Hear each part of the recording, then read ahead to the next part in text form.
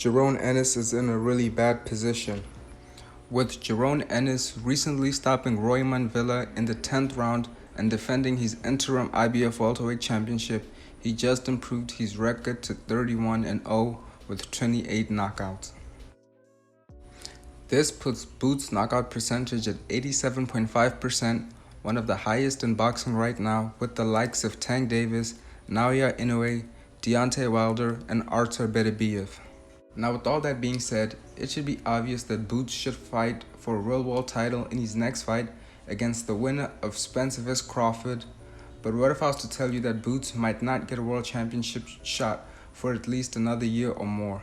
That even though Boots keeps up putting up great performances against top-level competition like Roman Villa, who's coming off a good victory against Rashidi Ellis, who he dropped twice to win a majority decision, or his second-round knockout against previously undefeated contender Custio Clayton, Boots still won't be champion for a long time. Since Boots is the interim IBF champion, he's the next in line to challenge the winner of Spence and Crawford. But I think that Spence vs. Crawford will be a very tough fight, like a Thomas Hearns versus Marvin Hagler, and both men might take a lot of damage, and they'll both probably take at least half a year off before they step in the ring again. And it will most likely probably be a rematch against each other. And if after the rematch they both have wins over each other, we might be in for a trilogy like Ali vs. Frazier or Wilder vs. Fury.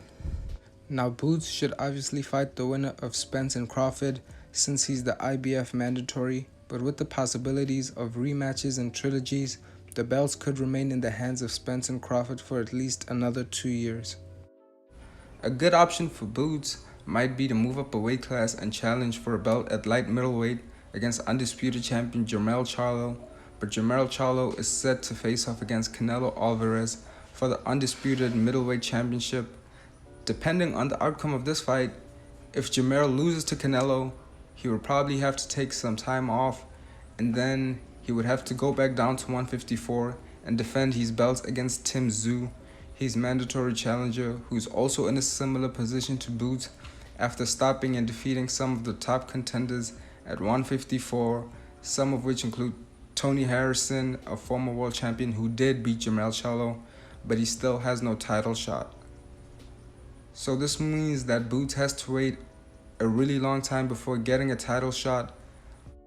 But if Jermell beats Canelo and becomes 2 times undisputed, he will most likely rematch Canelo to get 2 big payday fights against the current face of boxing, which might force him to relinquish his belts at 154 to not hold up the division or to not pay all of the ridiculous fees to the sanctioning bodies.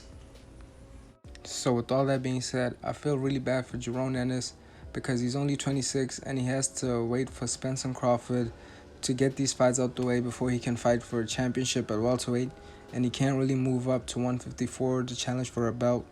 So I wouldn't know what to do if I was Jaron Ennis. But thank you for watching, and please subscribe.